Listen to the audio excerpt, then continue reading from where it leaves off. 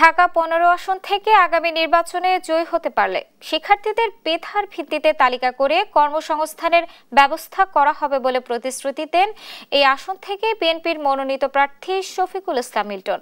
বুধবার বিকেলে তার পক্ষ থেকে নির্বাচনী প্রচারণা উপলক্ষে গণমিছিল বের করা হয়। মিছিলটি মিরপুর ১৩ নম্বর থেকে শুরু করে মিরপুর ১০ হয়ে আগারগাঁও গিয়ে শেষ হয়। মিছিলে বেগম খালেদা জিয়া ধানবাড়ায় কৃষকের প্রতীকীও রাখা হয়। মিছিলে অংশ নেওয়া ১৫ আসনের ভোটাররা বলেন, ধানের শীষকে জয় করতে গণজোয়ার সৃষ্টি হচ্ছে, আর আগামী নির্বাচনে শফিকুল ইসলাম মিল্টনকে জয়ী। আমরা ছাত্র সমাজকে মেধাবৃত্তির জ্ঞানের মধ্য দিয়ে তাদের শিক্ষা শেষে তাদের মেধার তালিকায় যারা শীর্ষে থাকবে তাদের তালিকা নির্ণয় করে আমরা তাদেরকে চাকরির ব্যবস্থা করব।